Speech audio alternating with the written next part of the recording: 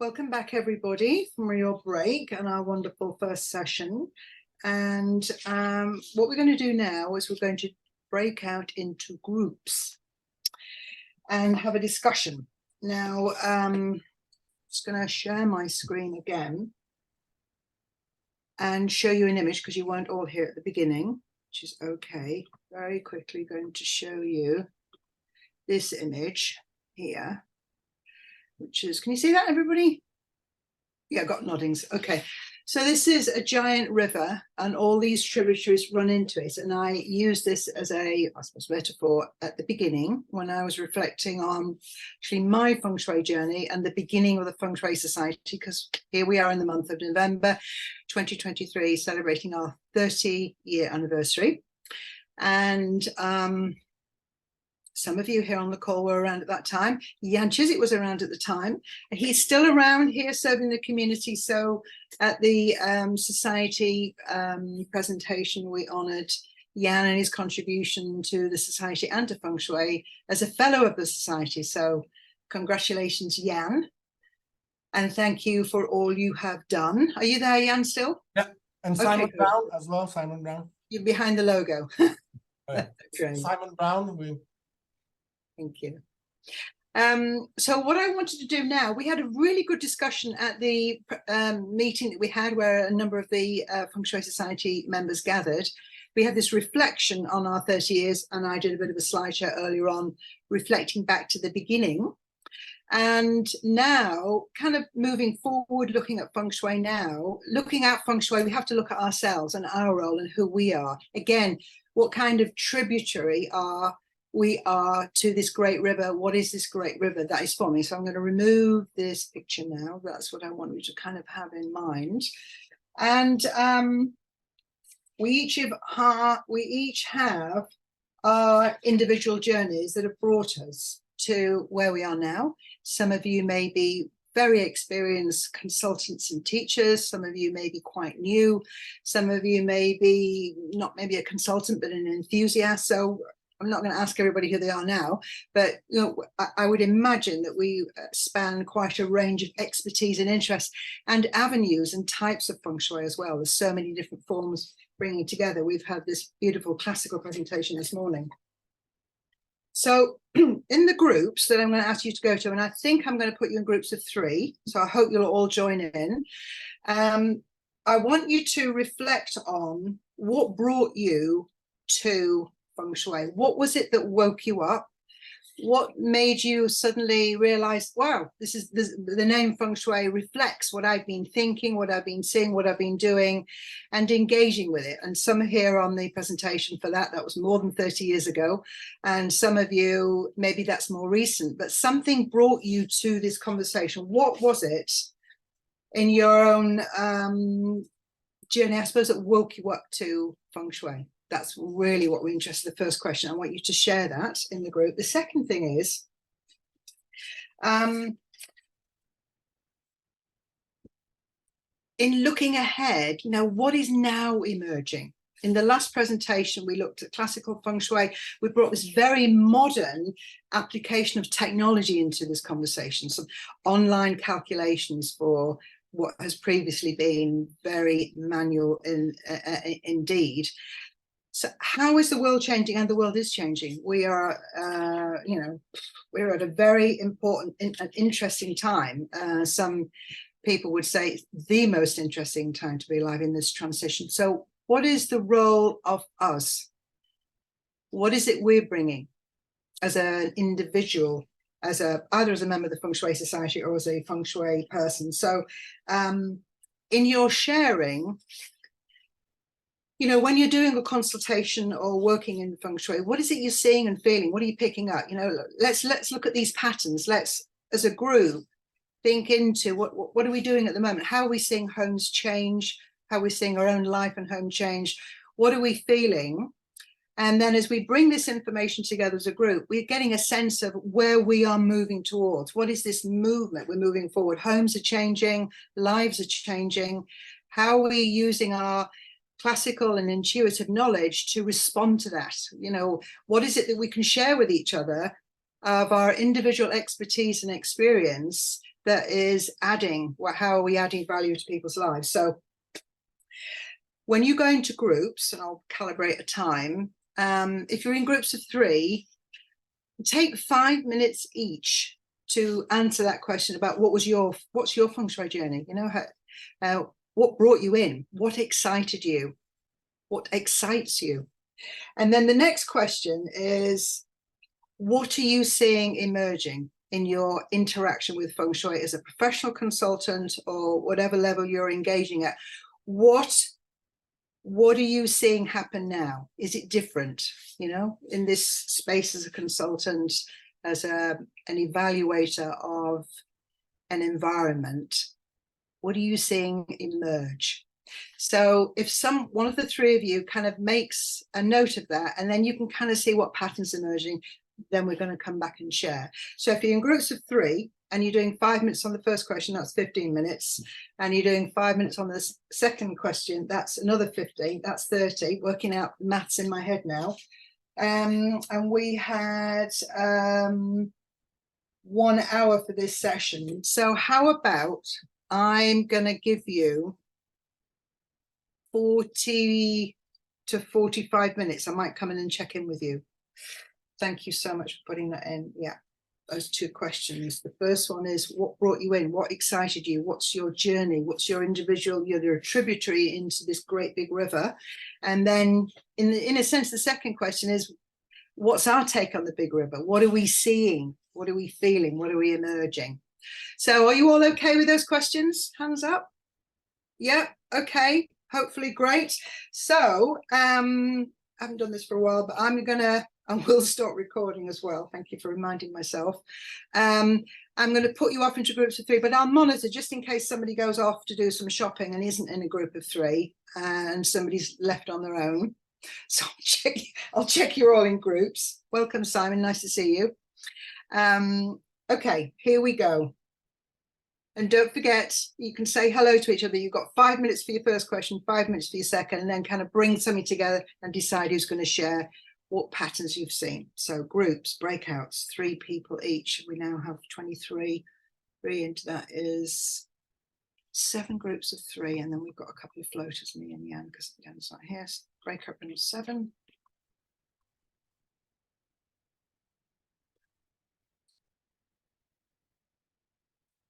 You go. Open all rooms. If you're a co-host, Jan, you've not been assigned a room because you're going, but I hope everybody else has got rooms. And is Christoph with us? Because I can add him to a room. Haven't so far. I'll add him to a room where there isn't anybody. Waiting for people to join. Christoph in a room. I'm going to put him in room 1, 2. Not joined. There's a couple of rows where people have not joined.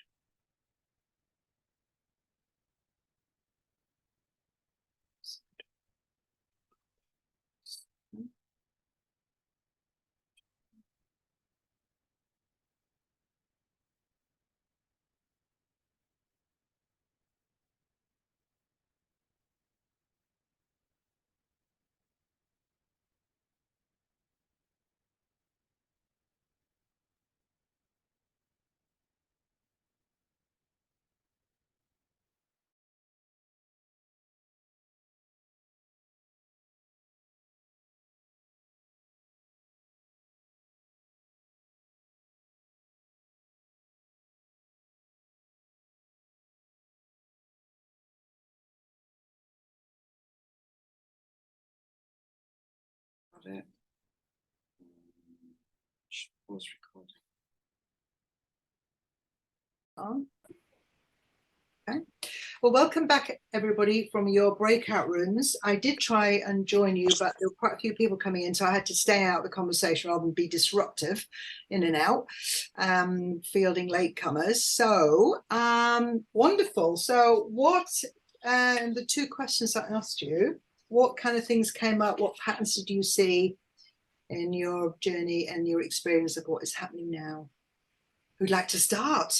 Oh, great, Suzanne, thank you. Okay, so all three of us seem to have a background in holistic health in some way or another, and two of the ladies, one was in IT and one was in architecture and design, so much more formal, but certainly holistic health was what was in common.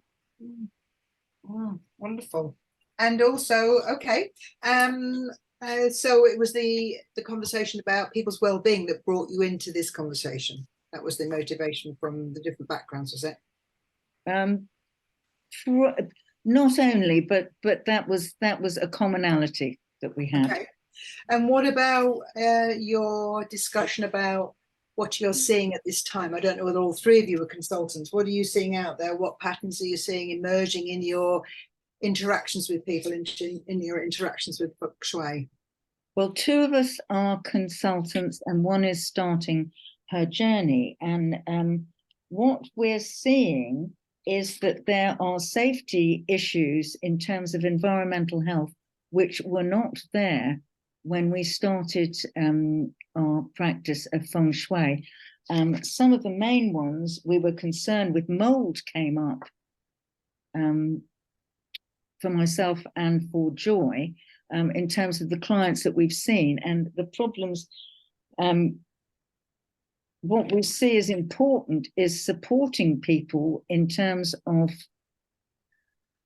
how they sort these problems out. Sometimes people have to move out to do it. It's quite a deal, and flagging them in the first place. You know, one of the things that happened in lockdown was, of course, people didn't open their windows, so mold became an issue. So mold actually was one of the things, and volatile organic compounds in the air. There's definitely airborne things in terms of the environment. So we were looking at that as something that is actually happening now.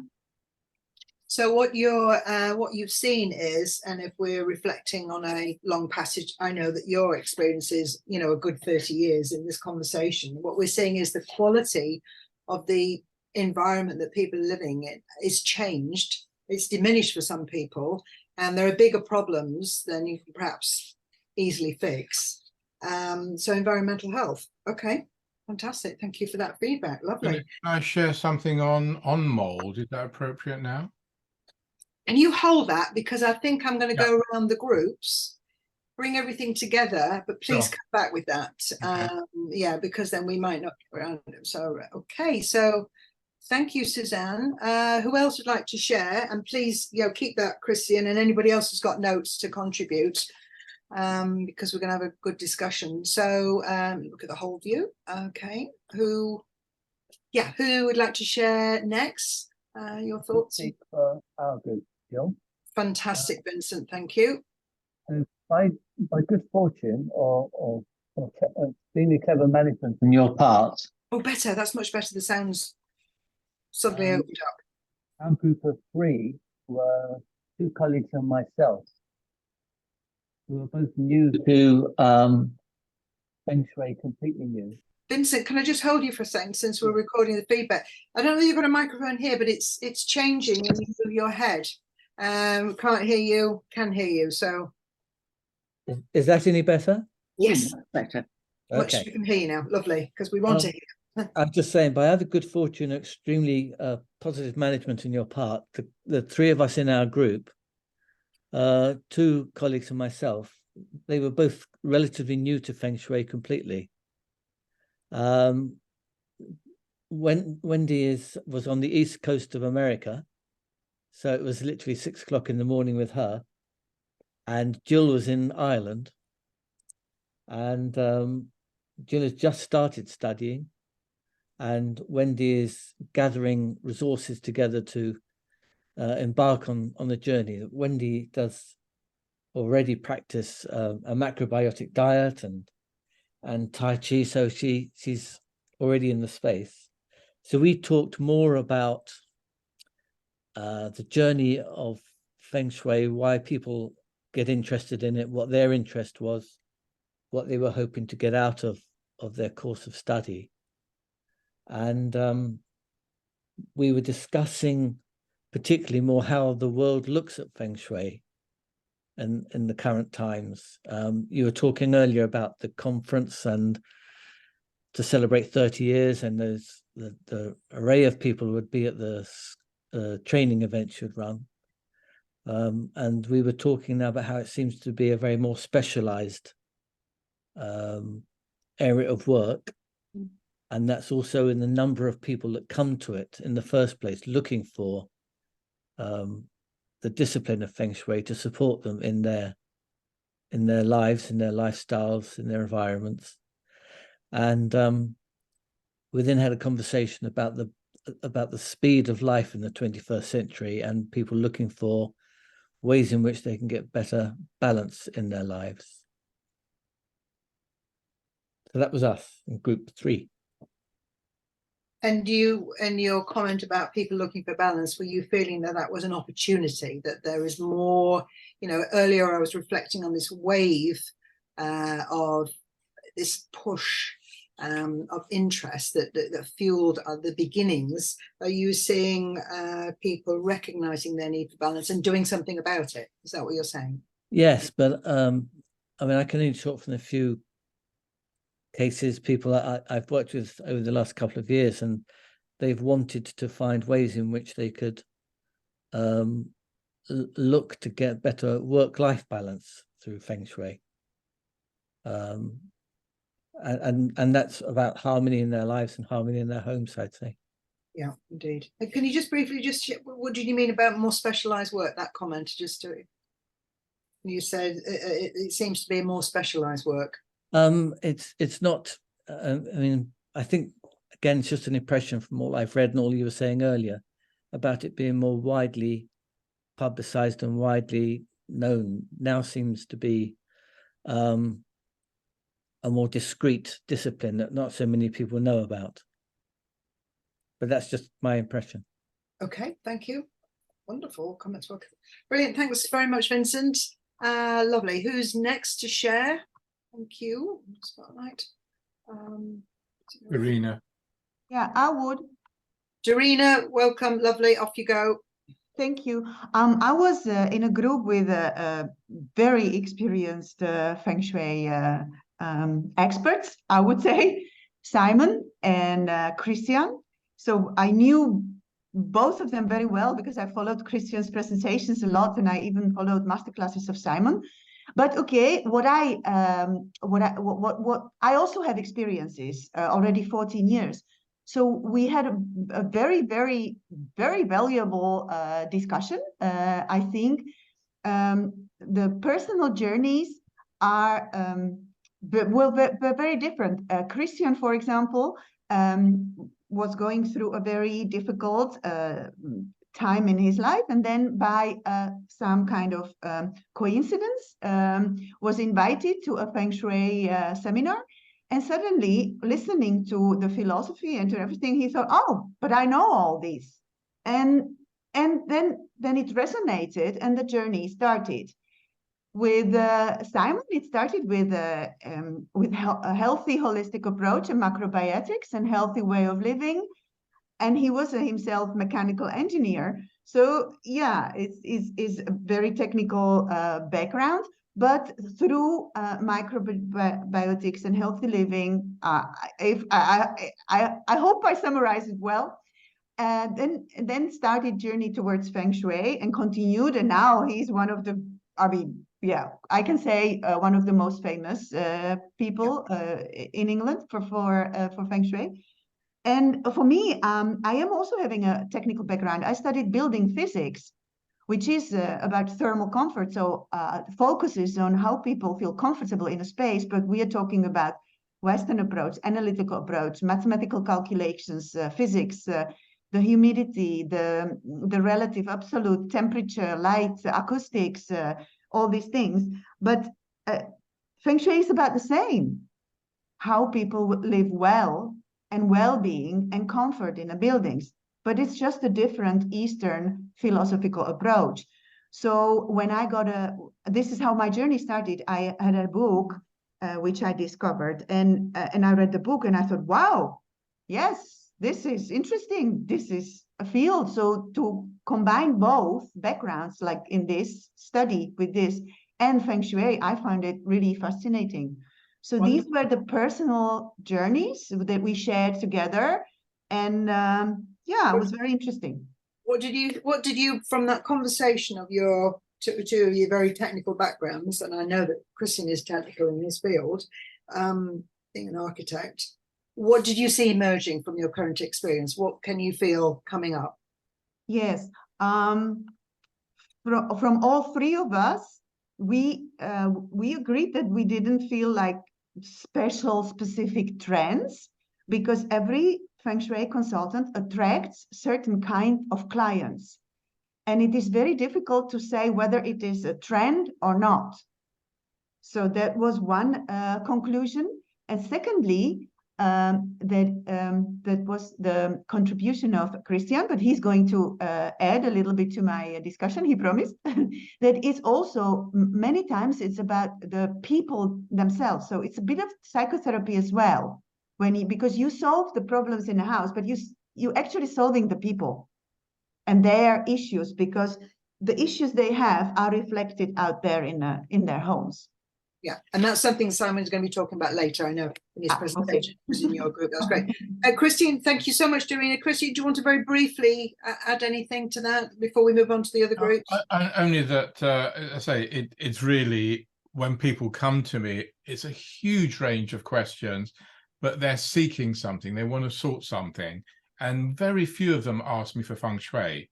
They just give me the problems, and I use all the tools I have: Feng Shui, energy, psychotherapy, architectural, interior design, to help them see what the issues are and find a solution that empowers them to take responsibility and get on with it. I would never, and I'll say that to them right in the beginning, I'm not going to come and tell you where to hang your wind chimes. You know, you can put those up later, but that's not what it's about if you want long lasting. Yeah, that's kind of it in a nutshell. Brilliant, very much. Thank you very much, Christine. Yeah, gonna unmute you, and then okay, who is next to share from your group? Don't know how many groups we've got. Have I got any hands showing of we had 7 groups and we've had 3 sharing, or have we had 2 groups? Okay, who we had 2 groups and 1 group. We have 3. Okay, come on, you've got more groups. Who was in a group? Don't be shy, we love to hear. Sure. Yeah, are you the spokesperson for your group? Yes, I think Andreas, right? I've been in a group with Andreas and Heather. Heather Lovely. had an issue with microphone, but we got some feedback in the chat. Yeah. To answer the first question, what brought us in? Andreas was brought through acupuncture, Heather through land energies and human energies investigation, and myself through exposure to other energy systems like Huna, initially Silva, Reiki, pranic healing, and then a common factor is that we were brought in through exposure to other energy systems. And what attracted attention, especially for myself and Andreas, was probably the complexity of the Chinese metaphysics. Andreas is also a mathematician. We like numbers. Actually, Andreas also wrote some software, and that attracted our attention: numbers, complexity of these Chinese metaphysical systems. To answer the second question, what do you see happens next? We might go, once we learned some principles, we might want to do templates and do templating, meaning design ideal cities, spaces, houses to live in. And that is on the D factor, the earth factor. But also we have the human factor. We might want to design babies when they are born, so they are having certain characteristics, which what happens now through the cesarean cut in China. It's popular to select the date of birth. That might not be, maybe good. But what we see is this templating, especially when the AI is engaged, then it might try to design these ideal cities, or maybe design this ideal or different or better or needed human. So that might be happening in a space. So this is that Dipan and the Renpan, the human. So future is templating with engagement of AI, probably. Mm-hmm. Interesting. Thank you. Yeah, that's interesting. My business partner's involved in longevity city design, living well, living longer. All these are interesting. Fantastic. Thank you very much. Let me just see if there's anybody else to share the spotlight. I'll go back to the big view. Gallery. Okay, I'm sure there's one or two more groups left, so don't be shy. Share. Who was in your group? Jan, has your group shared? Wendy, were you in a group? And has your group shared? Okay. Okay. No more sharing then, have we? No more feedback. Okay. I'm trying to get a train, so I can't talk too much. But basically, we share the with all those technologies, we can engage people in different ways globally, and utilize AI to gather information for more research. Because obviously people want more sort of evidence-based research and so on. And how to get more clients, basically. Obviously, people live in different parts of the world, and global markets open to everybody.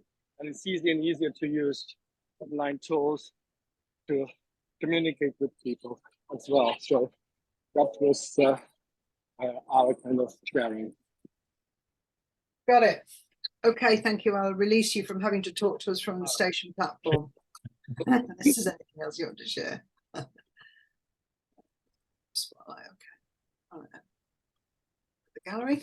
So it's interesting. How many here, by show of hands, do consultations on Zoom after COVID, where you didn't do them before, you did them all in person, and then COVID was the reason that you started doing online things? That's 1, 2, 3. Not everybody's got a camera on. Okay. So a few of you. Were any of you doing these before COVID as a choice of technology use? Christian was, Simon was. Okay, so COVID was a prompt for some. I mean, I know, we love to be there. We love to feel the energy of the space. We like to feel the emotion of the person, as quite a few people have said. It's not just the house, it's not just the building, it's people and their experience. And even though they can't articulate the issues they're having, the problems they're facing, and say, or they can articulate those, but they don't say, I need a feng shui consultation, I need help, I don't feel good here, I'm ill. And then somehow and some way they're connected with, well, maybe this person can help you. And as Christian was saying, he's using psychotherapy, he understands building from a feng shui and architecture point of view. I know he works with sound, so he's bringing a lot. Would I, looking around and seeing the background of people explaining about being an engineering background, a data background, an energy, a healing background, what it seems that everybody's bringing their, their own story, experience, expertise into a place that is presented to the world as a professional feng shui consultant. But the very nature of all your interests, your journeys, your expertise, you're all going to be different, aren't you? Therefore, you can't have one feng shui consultation, can you? You can't say this is a feng shui consultation because everybody is so different. Simon, yeah, go for it. So what we were discussing in our group was that the Zoom brings in a whole new range of opportunities. And what Christian and I think Darina was saying too, is that we found now that we do several meetings with someone online, So it might be first to understand them and find out what's possible, then to give advice, then to check up, see if they've applied the advice, how they're feeling, what needs. So it becomes more like several sessions. This wasn't really possible if I was getting a train up to Manchester to do a consultation. It's only going to be a one-off thing. And I think it's changed the whole emphasis because it's become a bit more like Feng Shui therapy, or it's become more like an ongoing conversation with someone rather than a prescription, which is how it started. And my sense is that it's more rewarding for the clients, but it gets better results, or at least we know what the results are because we're working with them over a longer period. Yes. Yeah, I agree with Simon. Before it was an event, and now it's more of a process, and obviously, and they can send you the pictures of the paint that they're trying to buy, and you can advise them in time, and it's more efficient, basically. Yeah, things so much efficient, in time, and that gives major values to the clients. So what we've heard this morning is just here now, technology has added value to Feng Shui, the ability to have a Zoom, to have a handheld camera, walk around the house, go in and out every room and see with the client. Yes, you're not there, but you're almost there, and you're listening to the client. So technology is helping there, and technology which will advance. We don't know what's going to happen in terms of holograms and 3D, whatever, but that's going to expand. And then also this technology that Christoph was talking earlier on about, taking complexity and making it more accessible to us, so that we, in the classical approach and the date calculation, is an approach that not every Feng Shui consultant uses, but where they do, it's going to be easier. So that's another use of technology that we can see is helpful. Does anybody else want to make a comment? The other thing with what I was sharing in our group, Simon says, is I run 3 sessions a week apart, and that gives the client that time and space to process and cook and simmer. And amazing things come up in that 1 week, and then you progress that more, and the same again another week. But it makes it easier for the client to digest and go deeper. Whereas doing 1 session on site, which is great, and you get a cup of tea and hopefully lunch, but it's a lot, because you're whacking out what, 3, 4, 5, sometimes 6 hours, and it's too much for a client. We can handle it because we're used to it. But for the client, they're blown out by the end of the day. But 3 sessions a week apart, I find actually more beneficial for the client. So, and the results I'm getting are much deeper and more powerful. So I think, technology is great from that aspect. Thanks, Christian. I'm going to bring Veronica in a second. We just want to say that, at the Society, we've been looking at standards. That's a key role of the Society, to uphold and set and maintain professional standards, and standards in a changing world, standards in a changing world of how Feng Shui is presented.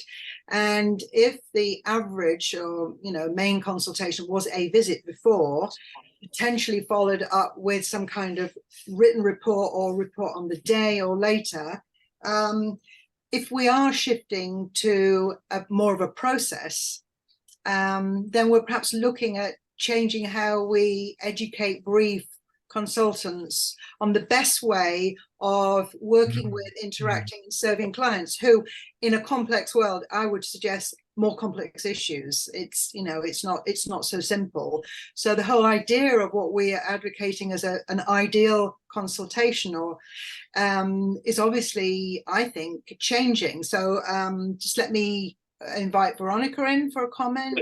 Go, Veronica. I muted you. Yes, hello everyone. Hang on a second, we've got something squeaking in the background. Has somebody got a radio on? No, I think it's Jan. He's talking. Okay, Jan has muted himself. Okay, Veronica, go ahead. Yeah, go ahead. Yeah, okay. I wanted to say that actually since COVID started, technology has helped us a lot. And I started to use Zoom, but especially in giving the feedback report after the consultation.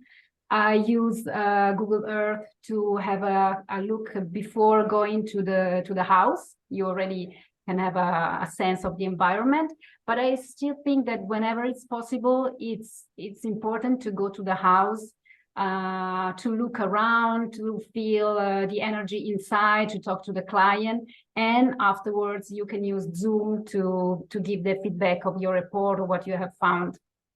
This is easy, so that you don't have to go another time to the client, and you can talk after work. It's more, I think it's more easy afterwards to have a Zoom session.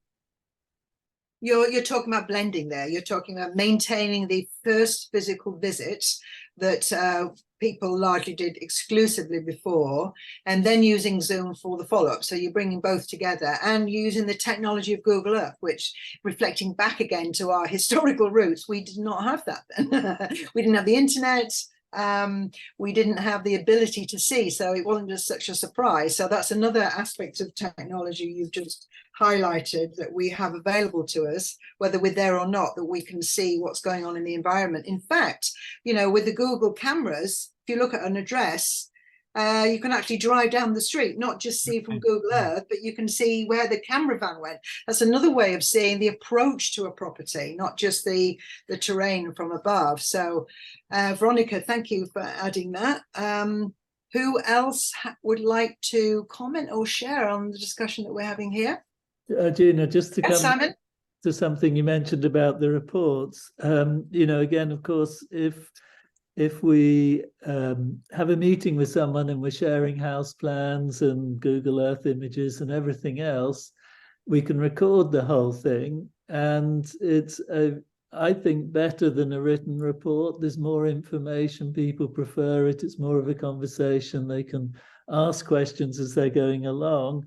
But for young people, for sure, they actually prefer it. They don't want loads of writing and text to read. It's not so interesting. And I think we have to sort of adapt to modern times, which are changing very fast, and acknowledge that, you know, we are in a different world now.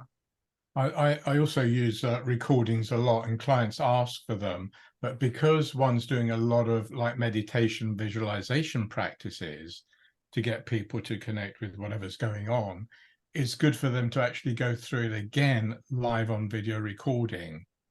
And that's really powerful. But what I'm finding overall, though, is the consultations, whether it's just where I am with life, are getting more and more complex psychologically, people being attacked by demons and ghosts and whatever.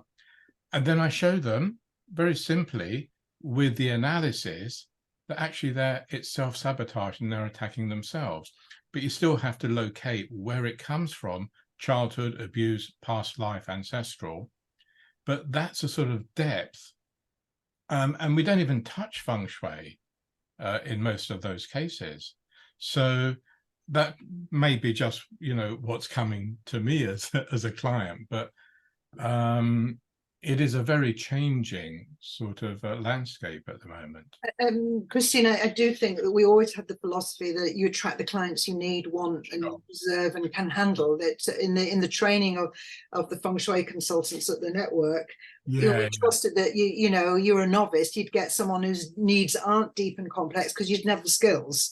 It's a trusting process rather than a professional qualification.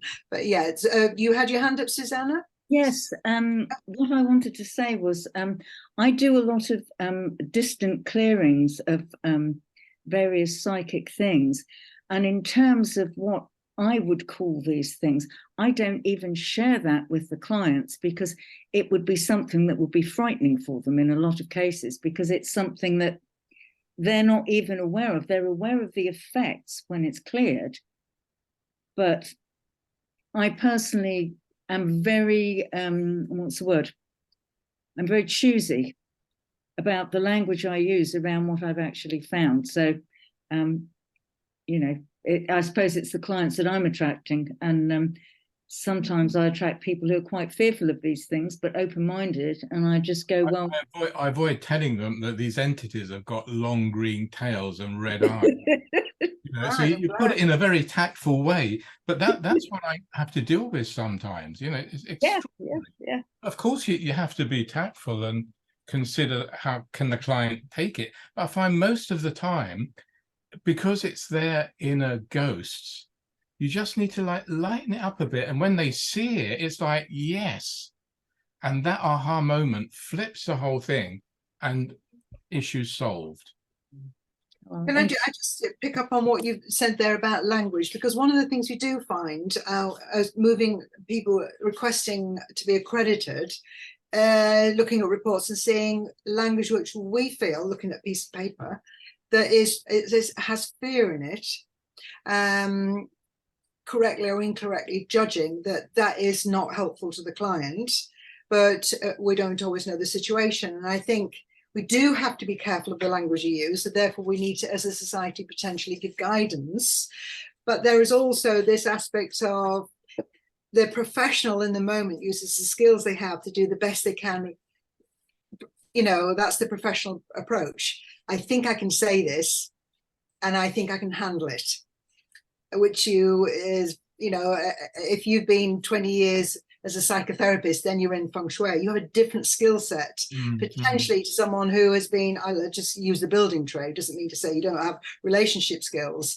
So how that plays out, I don't know. We just want to flag that up. And I think what's interesting in these conversations is that another conversation, I think, can result within the society about how we guide our next generation of people learning, educating, and being accredited and approved, because we are recognizing this change. It's in this small conversation here, we are feeling that needs are bigger, more complex, we have more technology, we can't therefore move forward in the way that we previously have. And how does that change? I'm just going to open up and see if anybody's got any final comments before on that note, Gina, I think it's, if you look at the classical Feng Shui language, it's extremely negative in the Baozi stuff. You can't escape that, and it's very hard to translate it in another way to give it a positive slant. I think we just have to accept that that's how it is. We could try and mitigate that by always having positive solutions, but if we're not careful, I guess we go around giving people lots of nocebos, and in some ways, if they believe it, actually harming them. If you go around telling someone that they're going to get sick because their bed's in this position, some of them will get sick just because of that thought, and we have to be so careful how we can work with people in a way that's authentic to the kind of Feng Shui we want to use.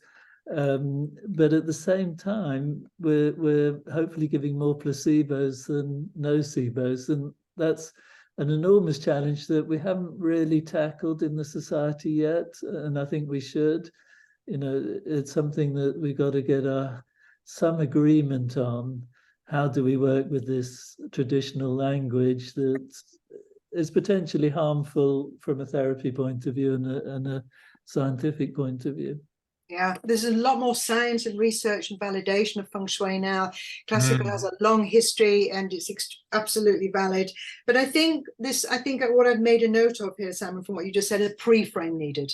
Because I do remember taking calls, years ago from people who'd read a Lillian Tu book, and basically they felt they were, facing some hellish energy coming in from the direction they were facing. It was very unlucky, and the best thing was to move, which, really, when you're in an apartment block or in a house and whatever, and it's built where it is, you can't easily do, especially if you've just moved in. So a pre-framing of how we bring in ancient wisdom, the languages around that we can't change, and what can we, and bringing in the modern. I really think that, having been at this point of reflecting on our roots and our 30-year, and we're still here, yay. Congratulations to everybody who's brought us to this place of still being here, and looking to our future role. How are we helping? What is the next phase of bringing in ancient wisdom and teaching it to people and conveying it and using it to help with what really is seemingly very modern problems, but there's an age-old issue of psychological disturbance in any era. We've had people who are ill at ease, don't have a language for how they feel, and feel upset and disturbed. And what can we bring that down to, and how can we help people? So I think that's interesting. The whole thing with reframing, Gina, is this concept that we've got to fix something or take something bad away from people, or they've got to move, because we always say there is never a wrong house. It's there to teach you, because that's that part of your journey at that moment. And if you space clear it or move, you've actually done a disservice, because you've taken away the essence of what you need to experience in your karmic journey.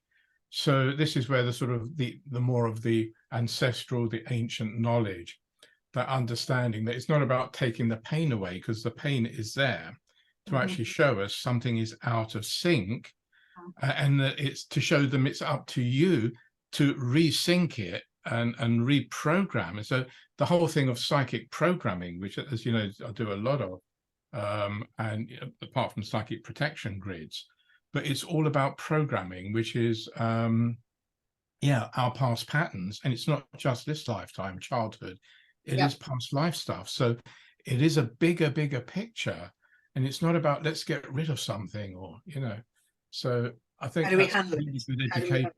Yeah. There's an interesting phrase from philosophy that the bigger the claim, the more evidence you need. So if you're trying to get someone to move house, and it's going to cost them, £50,000, you need a lot of evidence to make that claim. Otherwise, we put ourselves in danger, either financially, legally, or just morally. And so I think it's one thing to be suggesting someone moves their sofa or chair or something, costs nothing. They can try it and see what happens. But once we start getting into making big claims, we're putting ourselves, the subject as a whole, in some kind of risk. And I think that's something else we need to look at in the society. What are the tools, and what should be the range of claims that one makes? Yeah, it's a big subject, Simon, and I agree. And also, we're building buildings on sites that shouldn't be built on. We're building in problems, floodplains. Look at the Millennium Dome built on a toxic site and all the problems they had. So that brings up a big question. We can't talk about that now, but it's good to know. But what I'm going to say now, by show of hands, would you be interested in another conversation in this, moving forward with this? So if you either do a hand raise, or since I haven't got your cameras on, will you do a raise your hand on here? If this is interesting for you to be engaged in, I can see everybody's here. I can see hands, but do you know how to raise your hand on here? Anybody? I've got hands going up. Great. Yeah. I think it's a great conversation. So now what I'm going to thank you. I'm just going to come back to the view. I'm on gallery. Time for a break. And we've got two fantastic conversations afterwards. Presentation by Genevieve, presentation by Simon Brown. So do join us. I'm going to give you 25 minutes to go and have brunch, lunch, dinner, or wherever you are in the world. Okay.